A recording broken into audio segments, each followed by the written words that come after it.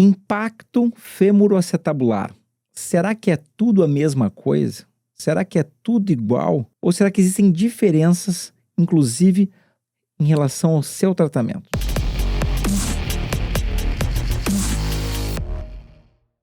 Olá, meu nome é Davi Guzmão, sou médico ortopedista focado na articulação do quadril e através de toda a minha experiência como médico, apresentador, autor, instrutor internacional, eu trago para vocês aqui as melhores e mais recentes informações sobre o quadril, ossos e cartilagem. E hoje vamos falar um pouquinho do impacto femoroacetabular. Muitas pessoas têm essa patologia, essa alteração de formato do quadril e é sempre informações úteis que eu trago para vocês aqui. E aqui eu venho trazer o seguinte questionamento. Será que todo impacto femoroacetabular é a mesma coisa?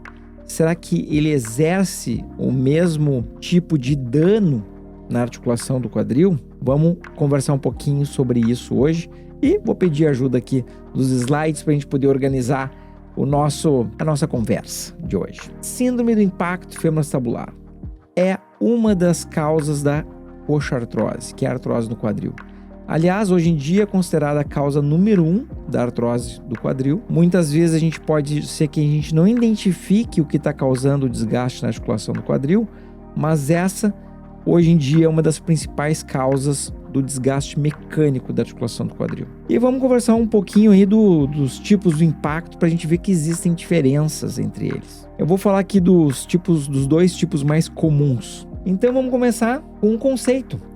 O que é o impacto femoroacetabular? E até eu diria que essa palavra impacto ela não foi muito bem traduzida do alemão para o inglês, do inglês para o português. A melhor tradução seria pensamento femoroacetabular, porque quando a gente fala impacto femoroacetabular, as pessoas naturalmente acham que a gente está se referindo do impacto daquela perna que a pessoa tem um problema no solo, como o impacto de correr, o impacto de pular corda. E não é isso. Então, se vocês trocarem a palavra impacto por pensamento, às vezes fica um pouquinho mais fácil de entender. Então, o que seria isso? Qual seria o conceito? É o contato anormal e sintomático da transição da cabeça colo-femoral com a borda acetabular em um quadril morfologicamente alterado. Esse é um dos principais conceitos da síndrome do impacto femoroacetabular. Pode acontecer em dançarinas de balé, jogador de tênis, futebol, artes marciais. São situações onde o quadril exerce uma ampla movimentação, uma grande amplitude de movimento, onde a chance do impacto femoroacetabular se tornar sintomático, ou seja, dor associada ou desconforto, aumenta bastante nessas situações aqui.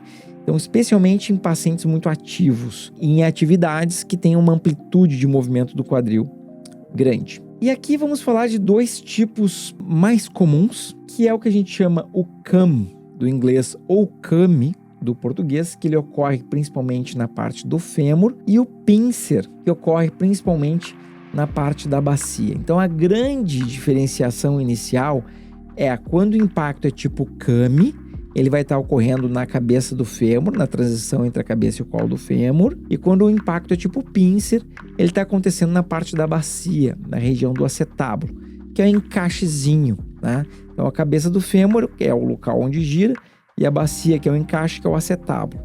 Então esses dois são os principais tipos do impacto femoroacetabular. O que a gente observa no CAMI? A cabeça femoral ela não é esférica. Ela tem uma entrada forçada no acetábulo e tem uma lesão, em geral, que ocorre de fora para dentro. Observem aqui que o círculo verde representa a área esférica da cabeça femoral e a parte avermelhada representa a área que não é mais esférica. Essa área não esférica, ela entra de forma forçada dentro do acetábulo, causando uma lesão por cisalhamento da cartilagem acetabular. E nessa fotografia aqui ao lado, a gente tem um instrumento que se chama um template, que nada mais é do que um medidor da esfericidade de uma cabeça femoral. E quando a gente desliza para a parte não esférica, ele se eleva em relação à cabeça femoral. Essa fotografia era de uma época que a gente fazia essa cirurgia de forma aberta e hoje em dia mais de 90% das cirurgias são feitas por forma de videoartroscopia. São alguns furinhos na parte lateral da coxa do paciente, onde a gente olha tudo por vídeo. Então notem aqui que a grande diferença aqui em relação ao CAMI. No quadril normal, a gente tem a cabeça femoral bem esférica e bem redondinha.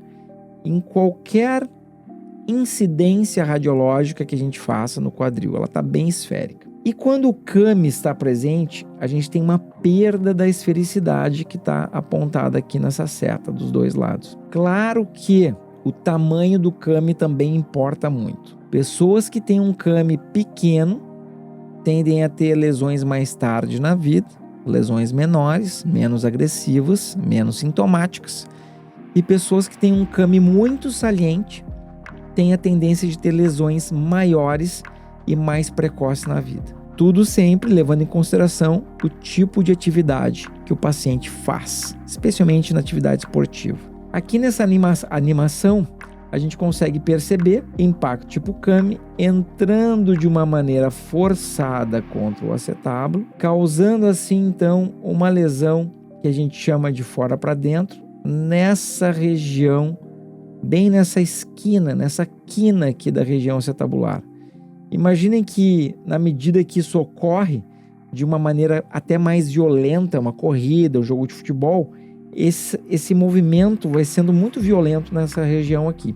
Um chute, por exemplo. E aqui eu quero que vocês imaginem o seguinte também, né? A pessoa está fazendo isso várias vezes durante a vida. Inclusive uma pergunta muito comum que as pessoas fazem assim, mas doutor, se o impacto femoral-acetabular se forma na pré-adolescência, que é uma informação que eu já falei várias vezes aqui, por que só agora eu tive sintomas? Bom, pessoal, o nosso sistema músculo-esquelético, ele é elástico. Ele é muito elástico quando a gente é jovem. Na medida que a gente vai crescendo, a gente vai perdendo a elasticidade, então se perde um pouco a tolerância desse pensamento femoral-acetabular. E na medida que o tempo passa, a nossa elasticidade diminui e chega um momento na vida que aquele impacto que estava ocorrendo desde a pré-adolescência, ele começa a se tornar sintomático. Pode ser um chute que deu, pode ser um agachamento, pode ser uma partida de tênis, de futebol, não importa. Chega um dia onde ocorre a gota d'água para que aquela lesão se transforme em sintomas. O interessante aqui é levar em consideração o seguinte: o CAMI, como ele ocorre a lesão inicialmente na parte condral, na parte da cartilagem, e mais tardiamente na parte labral, que é o labrum, os sintomas costumam ser tardios, porque a cartilagem ela não tem muita inervação. A inervação maior é toda no labrum acetabular. Como ele não é primariamente o primeiro, ele não é o primeiro ponto a ser atingido pelo impacto, às vezes essa lesão demora para se tornar sintomática. É por isso que aqui fica um alerta que o pequeno desconforto no quadril, de uma forma recorrente, ele já é motivo suficiente para a gente fazer uma investigação mais a fundo e saber o que está acontecendo naquele quadril, justamente para que a gente possa prevenir o seu desgaste precoce. Agora que a gente já entendeu um pouquinho sobre o CAMI, vamos entender um pouquinho sobre o pincer. O que seria o impacto tipo pincer? Então, o tipo pincer, a cabeça femoral está esférica. Então, a cabeça femoral está bem redondinha quando está nesse desenho aqui. O problema é um excesso da cobertura ou posicionamento de cobertura inadequado. Ou seja, a gente está falando do problema no acetábulo, na partezinha do encaixe ali do quadril. E ocorre uma lesão direta, especialmente primariamente a lesão direta vai ser no labrum, depois na cartilagem e mais tardiamente uma lesão póstero-inferior, que é a lesão chamada do contragol, counter-coup lesion, né? A mistura aí de uma expressão francesa com inglês. Então, notem bem aqui, ó. Aqui a gente tem um quadril que está mais dentro da normalidade, onde o acetábulo cobre em torno de 2/3 da cabeça femoral e 1/3 da cabeça femoral descoberto. Aqui a gente tem um exemplo de uma cobertura em excesso, onde o acetábulo está cobrindo a mais a cabeça femoral e vai ocorrer esse tipo de lesão que muitas vezes a gente consegue inclusive observar no raio-x ou na ressonância essa pequena indentação aqui, que essa indentação é um sinal patognomônico, um sinal que é sinônimo de que o impacto femoral-acetabular tipo pincer está ocorrendo naquela articulação. Aqui para mostrar para vocês um outro exemplo que pode não ter um excesso de cobertura do acetábulo, mas termos uma retroversão focal do acetábulo. Imaginem que como se ele estivesse torcido e faz com que a parede acetabular anterior tenha um tamanho maior do que a parede acetabular posterior, o que nos causa o sinal do cruzamento, que está marcado aqui no raio-x e que está marcado aqui no desenho. Basicamente, o sinal do cruzamento é quando a parede acetabular anterior é mais saliente do que a parede acetabular posterior. Então, notem aqui, a gente está só sobrepondo aqui o osso da bacia para mostrar o que significa, né? A diferença entre o tamanho da parede acetabular. E aqui na animação, mostrando a diferença, notem que nesse momento a gente teve, eu vou voltar aqui o videozinho para mostrar, nesse momento a gente teve um crescimento, né? Notem aqui o quadril normal e agora o crescimento dessa região aqui. Então a gente está com um excesso de parede acetabular na parte anterior. E notem quando a gente olha com mais cautela que nesse corte transversal o que está acontecendo. O colo femoral está tendo um choque direto e precoce na região acetabular, na parede acetabular anterior, de forma precoce, vai esmagando o labro. Então, uma lesão direta na região do labro. Inclusive, às vezes a gente vê umas calcificações labrais, que é uma representação dessa lesão. E aqui a gente vê também a representação da lesão do contragolpe, que o quadril, o colo se choca com a porção anterior do acetábulo, faz um mecanismo de alavanca que joga a cabeça do fêmur para a parte posterior inferior. E aqui vai dando a lesão do contragolpe. E isso vai causando um tipo de lesão que ele é um pouco diferente do CAMI, porque felizmente ela é uma lesão menos profunda.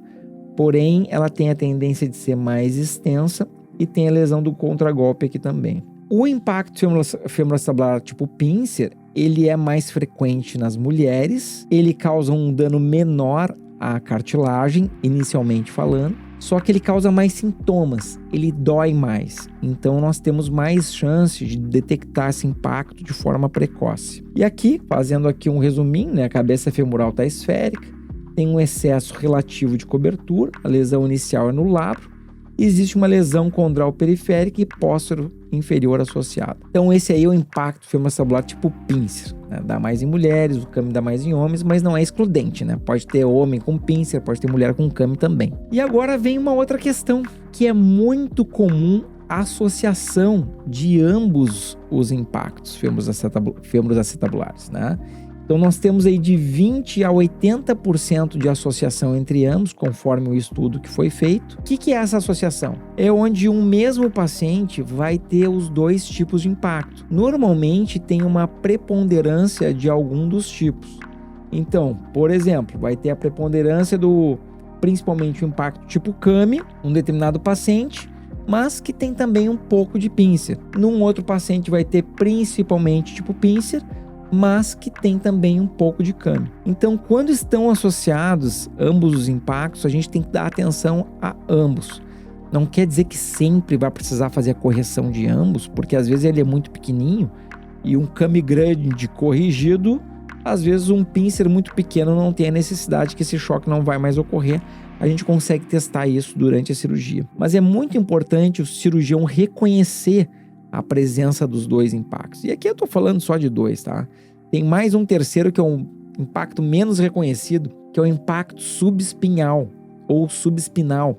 Inclusive tem uma aula minha inteira no YouTube só sobre esse impacto. E eu coloquei essa aula lá especialmente para os médicos ortopedistas e cirurgiões de quadril, para eles não deixarem passar esse tipo de impacto, porque ele pode ser causa da permanência da dor em alguns pacientes. Então existe ainda o impacto subespinhal, o impacto isquiofemoral também, mas de longe esses dois aqui são os mais comuns e por isso que eu quis trazer essas diferenças entre um e outro para vocês. Até porque é importante o paciente saber que o impacto tipo CAMI, ele é o que menos dá dor, mas ele é o que mais estraga a cartilagem. E isso é um problema, porque muitas vezes o paciente chega assim: ah, doutor, mas é só um desconforto que eu tenho no quadril, de vez em quando, é só um desconforto, né?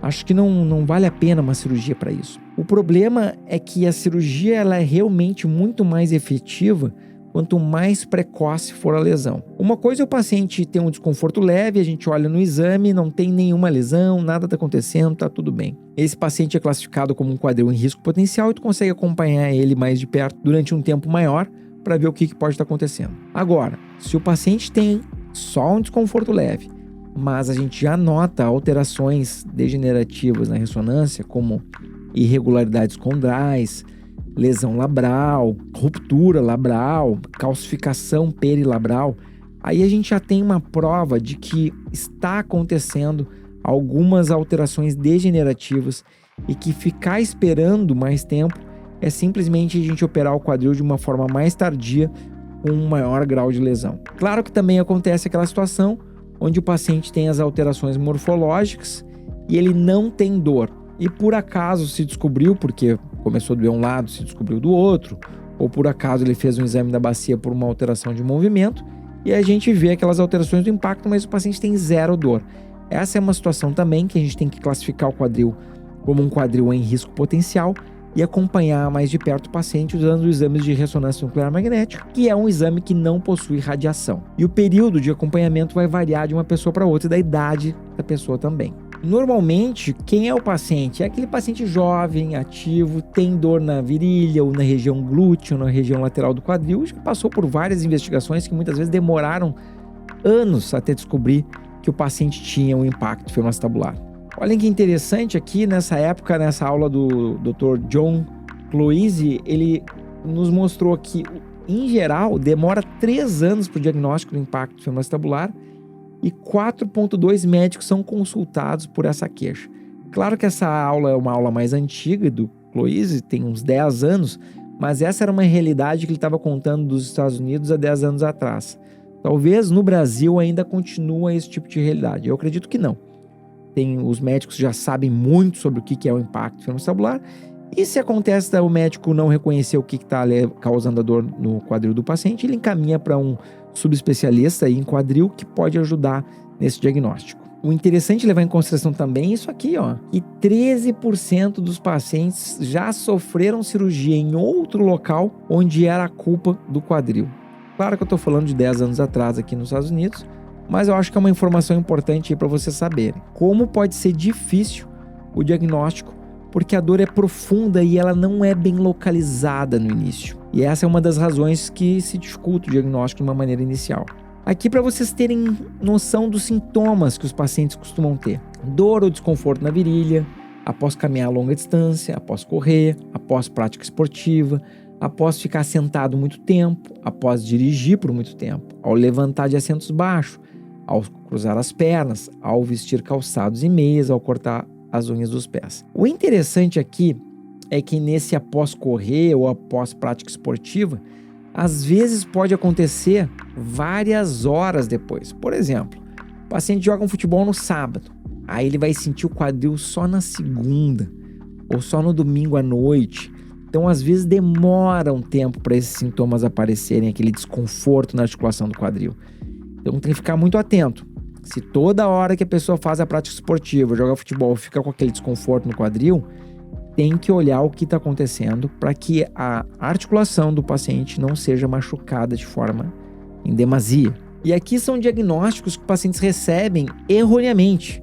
É uma bursite, é uma tendinite glútea, é tendinite do reto anterior, é síndrome do piriforme, está faltando alongamento, é distensão de adutor, é inflamação, é inguinalgia, virilha aberta, lombalgia, neuralgia, é apendicite, hérnia do esporte. Imaginem, olhem, problema de ovário, já tive pacientes com problema de ovário.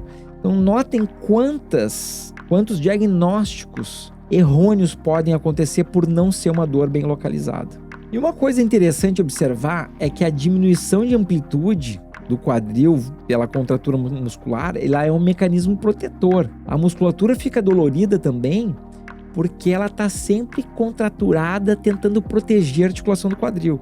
Então o músculo muitas vezes ele é um bode expiatório dessa situação onde ele está dolorido, mas ele não é a causa da dor. O alongamento forçado, pior, Já mostrei vídeo passado, quem não assistiu ainda procura lá o alongamento que pode machucar o quadril, tem no YouTube. Assiste aquele vídeo que é bem importante. E o músculo não é o culpado da dor.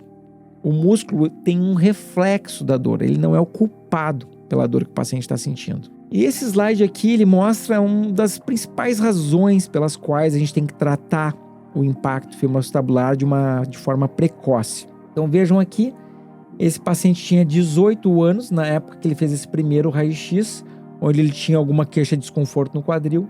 E nesse exame de raio-x, o espaço articular dele estava perfeito, com 18 anos de idade. Aqui, 11 anos depois, paciente com 29 anos, nessa situação aqui ele não tinha sintomas de dor no quadril, ele resolveu repetir o exame porque ele se lembrou da dor. Talvez ele tivesse algum desconforto meio intermitente. E aqui o que a gente nota? Já teve uma redução de 50% do espaço da cartilagem nessa bordinha aqui. Tá marcado essa parte em vermelho que é um cisto no acetábulo que se formou. Então a gente perdeu já 50% do espaço articular, com mínimo sintoma. Claro que nessa situação aqui é muito difícil lidar, porque assim, o paciente não teve sintomas e praticamente o quadril foi gastando.